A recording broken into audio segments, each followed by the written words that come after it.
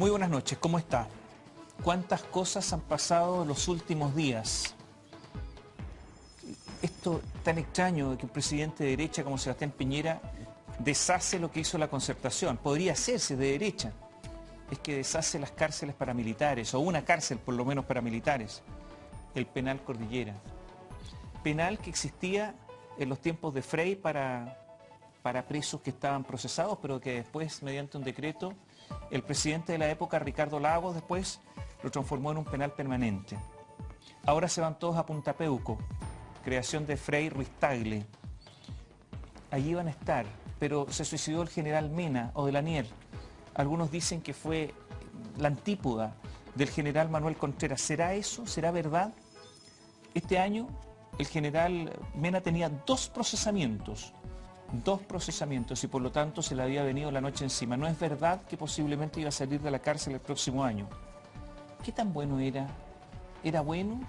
Todo es relativo en comparación a otros porque se han dado loas. El día de ayer, el día lunes, en el comité político habitual en La Moneda, no fueron ni Carlos Larraín ni Patricio Melero, los dos presidentes de los partidos oficialistas, en protesta contra la decisión del presidente Sebastián Piñera.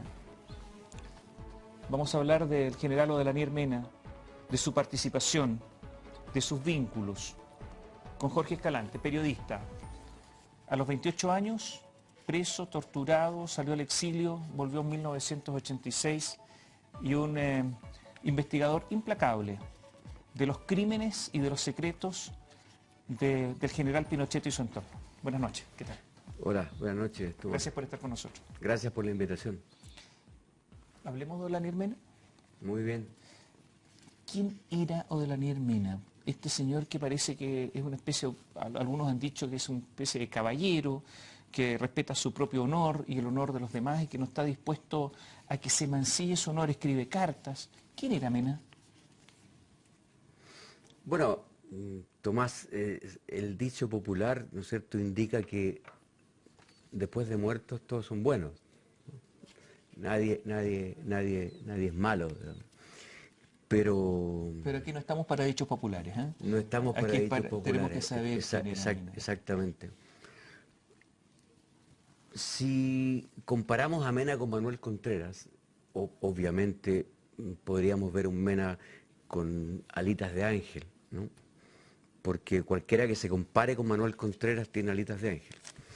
Pero no era tan así, porque Mena, si bien es cierto, tenía otra concepción de la represión, ¿no? Desde que estuvo a cargo de la Dirección de Inteligencia del Ejército en el DINE, estamos hablando del año 75, 76, ¿no? Cuando le empieza a protestar a Pinochet por cómo Contreras estaba transformando la DINA, según Mena, en verdaderos bandoleros, ladrones, ¿no? Tenía razón, ¿no? Porque eso fue la DINA. Pero Mena, cuando asume la Central Nacional de Informaciones, sucesora de la DINA, tiene que cumplir funciones, cumple sus funciones. La represión continúa en Chile. ¿Sigue matando? Y por lo tanto, bueno, a ver, por eso digo, si uno compara uno o lo otro, si pensamos que en el periodo de la DINA, 73-77, hasta agosto, ¿no?, el 83% más o menos, diría yo, de todas las víctimas de la dictadura caen en el periodo de la DINA. Eso está claro, ¿no?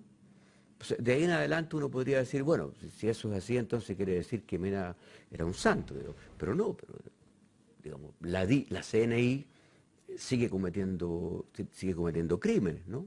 Si bien es cierto, la operación Albania ocurre no con Mena como director, sino con Hugo Salas Wenzel, por lo que está purgando presidio perpetuo en Punta Peuco.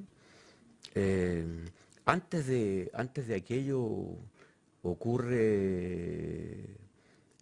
a ver, pero vámonos incluso al 73, ¿no?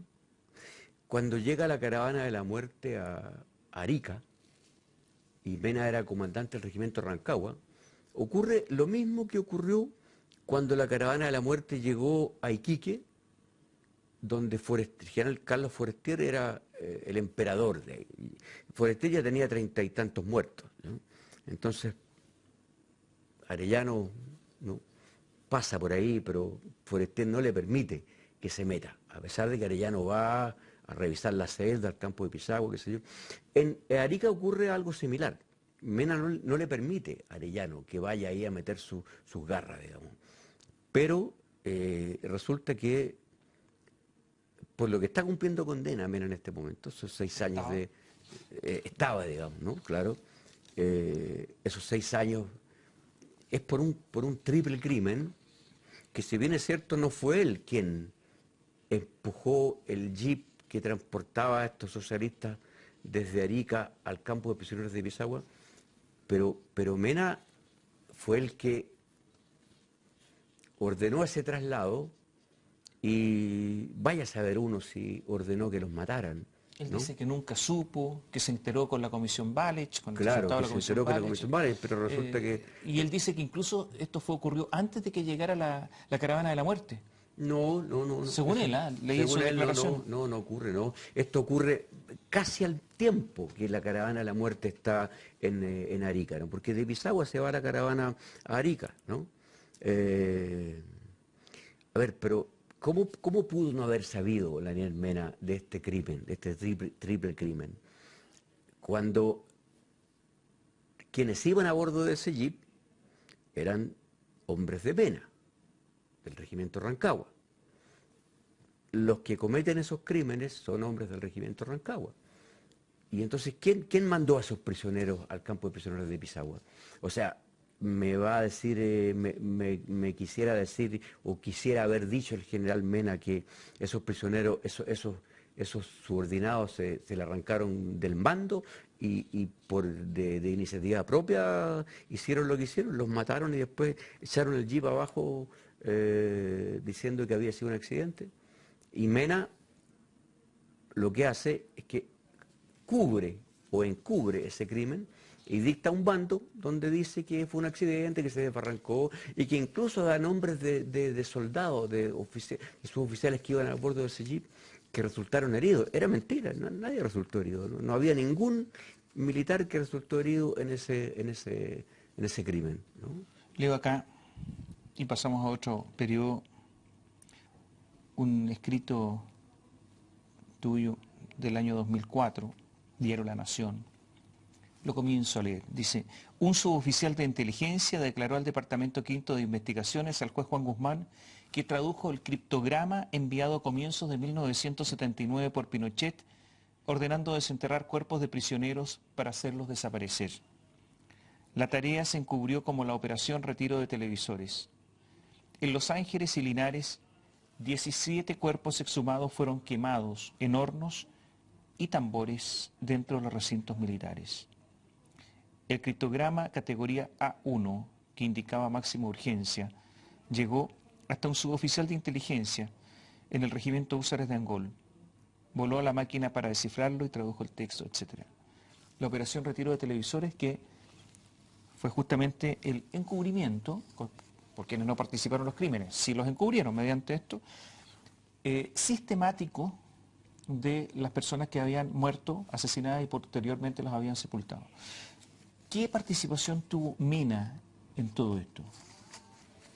Bueno, Mena tuvo una participación principalísima, ¿no? Porque si bien es cierto, esa orden proviene directamente del comandante en jefe del ejército, ¿no?, de Pinochet, como se dice ahí en el artículo.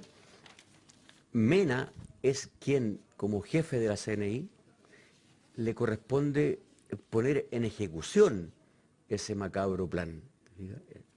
Y por lo tanto él designa a sus hombres para que por el norte, sur y centro del país vayan y supervisen, coordinen todo este operativo, ¿no?, que significaba ubicar fosas clandestinas donde habían enterrado prisioneros que habían sido asesinados, ¿no?, y desenterrarlos y hacerlos desaparecer, ¿no? Busco los archivos y encuentro una entrevista a Mena del año 2000. Y le preguntan por esto. Y fíjate la explicación que da. Dice, el hallazgo de cuerpos en Lonquén produjo una grave conmoción social interna. El país está de los preliminares de la casi guerra con Argentina. Uno de los elementos fundamentales era la cohesión del frente interno, es decir, que la gente estuviera convencida de que el país tenía la razón para ir a la guerra y que apoyara a sus Fuerzas Armadas. Se podía inferir que si aparecían nuevos lonquines, el frente interno se iba a dañar. Esta es la explicación que da Lenin. Después dice que no participa, pero tiene toda la explicación de por qué se hizo esto. O sea, se podía quebrar el frente interno frente a Pinochet. Hagamos un alto porque aquí a lo mejor está la explicación absoluta y lo dice él en una entrevista del año 2000 que encontré en los archivos. Volvemos en un instante. Jorge Escalante, periodista, nos acompaña esta noche y la pregunta quedó pendiente.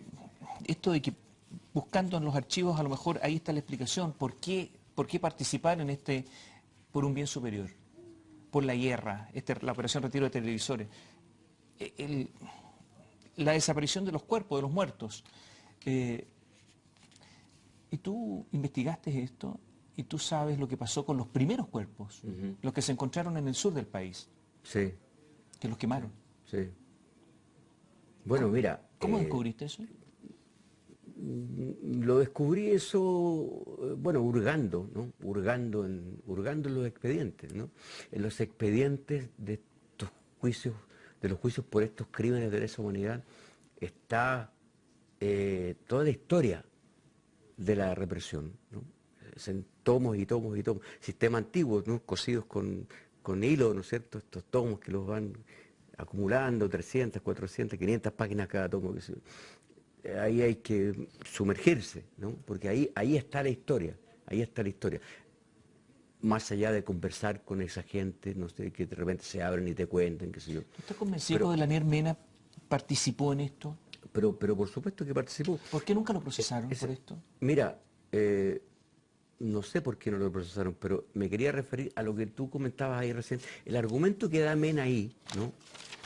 Es obviamente una mentira, ¿te fijas? O sea, él trata de justificar lo que le correspondió hacer en esa operación criminal, diciendo que Chile estaba al borde de la guerra con Argentina y que bueno, que no era bueno que aparecieran otros cuerpos porque ya habían aparecido en los hornos de Lonquén los 15 cuerpos de los campesinos. ¿Qué significa eso? ¿Te fijas? O sea, ¿cuál es el fin de desenterrar esos cuerpos, lanzarlos al mar y quemar otros cuerpos en tambores o en hornos, como ocurrió en el sur? O sea, no se puede entender, o sea, ¿por qué no fueron entregados, por ejemplo, a los familiares? ¿No? Fíjate que aquí hay una pregunta y la respuesta es ambigua. Le preguntan a Mena, ¿entonces a usted le encargaron la búsqueda de más cuerpos? Pregunta directa. Mira la respuesta ambigua. Las Fuerzas Armadas, no dice quién, las Fuerzas Armadas, ordenaron que si había antecedentes se recopilaran. Antecedentes de los muertos, de los entierros. Y que cuando pasara el peligro con Argentina se iba a tomar alguna resolución. Como hacer un registro para que en el futuro hubiese una solución humanitaria. O sea, hubo una orden de las Fuerzas Armadas, una respuesta ambigua, pero reconoce que se buscaron y se determinaron dónde estaba. La función de la CNI fue colaborar con la búsqueda de los antecedentes. Está claro, ¿no? Sí, claro, sí. Él fue el que dirigía la CNI y por lo tanto la CNI fue la encargada de esa operación. Yo calculo que en esa operación, por lo menos, tienen que haber sido desenterrados unos 150 cuerpos, por lo menos, ¿ya? Y hechos desaparecer nuevamente, la doble desaparición, ¿no? Estamos hablando de Peldehue, ¿cierto? De los asesinados. ¿Esto se habría conocido si es que no aparece un cadáver en una playa? Mira, Tomás, esto se conoce... No, ayudó que el cadáver de Marta Ugarte apareciera en la playa, ¿no? Pero conversando con uno de los perros sabuesos, digamos, ¿no? Más destacados de la Policía de Investigaciones, en la indagatoria de estos crímenes, Sandro Gaete, el comisario Sandro Gaete, hoy día es subprefecto, ¿no? Como el primer elemento que surge para descubrir lo que fue la Operación Retiro de Televisores provino de un hecho tan fortuito como que un amigo de Sandro Gaete participa en una comida con ex oficiales en retiro de la Escuela de Artillería de Linares, y hay un oficial de apellido Gianotti que, un poco con tragos, digamos, se ufana esa noche que desentierran cuerpos en la Escuela de Artillería de Linares y que luego los meten a un tambor, le echan petróleo, los queman. Y bueno, y este amigo de Sandro que escucha, que estaba en esa comida, le cuenta a Sandro, ¿no? Y Sandro va donde el juez Alejandro Solís, le dice, mire, recibí esta información. El ministro le dice, bueno, esto es trascendental, esto es muy importante, investigue, interrogue a esta persona. Bueno, Sandro lo interroga y ahí se abre, ahí se abre la operación retiro de televisores, ¿no? Se procesó a Olanier Mena por la muerte de Augusto Carmona, del periodista Augusto Carmona. Estaba procesado, por lo tanto, sistema antiguo, hay presunciones fundadas de que él fue el autor de este crimen. Y por eso yo dije cuando comenzaba esta entrevista que no necesariamente iba a salir el próximo diciembre del próximo año en libertad, porque tenía 2 procesamientos. Sí. Se mintió en el caso de la muerte de Augusto Carmona. Se dijo que había sido un enfrentamiento, un tiroteo, lo típico, pero en realidad entiendo que lo asesinaron por la espalda. Lo asesinaron por la espalda, exactamente. Hay gente al mando de Olanier Mena. Sí, exactamente, claro. Claro, o sea... ¿Y lo asesinaron por qué? Bueno, mira, como asesinaron a mucha gente, digamos, ¿no? O sea, porque lo consideraban un ser peligroso, le habrán puesto la carátula de terrorista, ¿no? O sea, como ocurrió tantas veces. Pero al mando estaba Miguel Krasnov, de ese grupo. Sí. Sí, por lo tanto, entre Olanier Mena y Miguel Krasnov había una relación estrecha. Había una relación estrecha, claro, claro que la había, sí, porque en el fondo Mena podría haber tenido sus diferencias grandes con Manuel Contreras, pero él tenía contacto con el resto de la gente de la DINA, ¿no? ¿Confió Pinochet en lo de Olanier Mena o lo usó? Te hago esta pregunta porque en el último libro que sacó Mena recién, poco antes de morir, dijo que no sabía exactamente si Pinochet había sido leal con él, que ahora ya tenía, da a entender, ahora tenía dudas. Hagamos un alto, volvemos en un instante.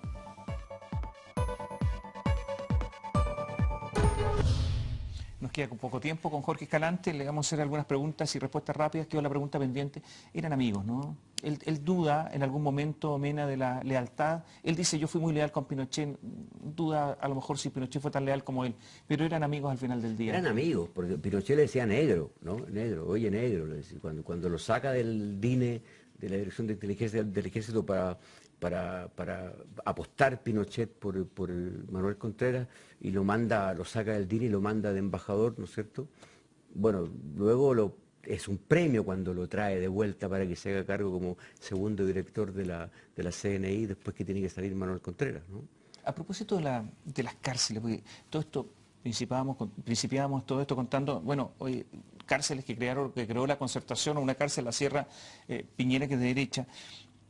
Claro, uno dice, bueno, se está deshaciendo este asunto, un régimen penitenciario especial, condiciones muy especiales, y leo esta polémica, un sutil correazo, polémica digo por un artículo y después la respuesta de Jorge Correa Sutil, en que tú dices que Jorge Correa Sutil, como subsecretario del Interior, impedía que se interpusieran querellas, que se reclamara o que se presentaran recursos cuando se otorgaban libertades provisionales a militares que estaban procesados por delitos de derechos humanos, que protegía a Colonia de Dignidad, etc. Y todo esto parte con un llamado telefónico. Yo leo este artículo, leí la respuesta también y la réplica, y lo conecto con esto, con lo del penal Cordillera, y la pregunta es, ¿cuál es la responsabilidad de la Concertación en todo esto? ¿Hubo voluntad de la Concertación realmente para que hubiese igualdad ante la ley, que es lo que se esgrime ante hoy? y para investigar realmente todos estos crímenes? Mira, la concertación, el gran error de la concertación fue haber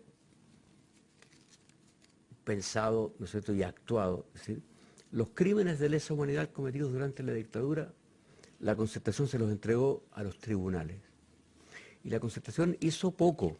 Pero aquí tú dices que lo impedía, que Jorge Correa Sutil impedía a los abogados actuar. Eso no es poco, es impedírselo. Bueno, claro, lo que pasa es que... Subsecretario del Interior. Lo que pasa es que Correa Sutil se indignaba, ¿no es cierto?, cuando los abogados del programa, que eran activos, ¿no?, El programa de Derechos Humanos. del programa de Derechos Humanos del Ministerio del Interior, ¿no es cierto?, se indignaba cuando esos abogados querían realmente pedir procesamientos, que los procesos se aceleraran, ¿no?, que investigar bien, ¿no?, que estaban ahí pendientes ¿no?, para que todo se pudiera investigar bien y profundamente. Eso molestaba profundamente a la concertación y bueno, y ahí hay un ejemplo claro, digamos, ¿no?, de O sea, Jorge Correa ¿a tu juicio Sutil. la concertación no quería que se investigara absolutamente, totalmente esto? Porque si se oponían a los recursos... Dejó en manos de los tribunales, pero también le molestaba, ¿no? Le molestaba, era molesto para la ¿Y también concertación. en el caso de Colonia Dignidad? También en el caso de Colonia Dignidad, claro. ¿Y por qué en el caso de Colonia Dignidad? No nos olvidemos que todavía no se conoce el informe que hizo la Jefatura de Inteligencia Policial, de la Policía de Investigaciones, de las 36.000 fichas que se encontraron en el año 2005 en Colonia Dignidad, ¿no? Hasta donde se sabe, hasta donde se conoce, hasta donde yo he podido indagar, porque todavía no se ha podido conocer ese informe, que lo tiene ahí muy escondido el juez Jorge Cepeda, digamos, más de 7 años, ¿no?, lo que me parece una vergüenza.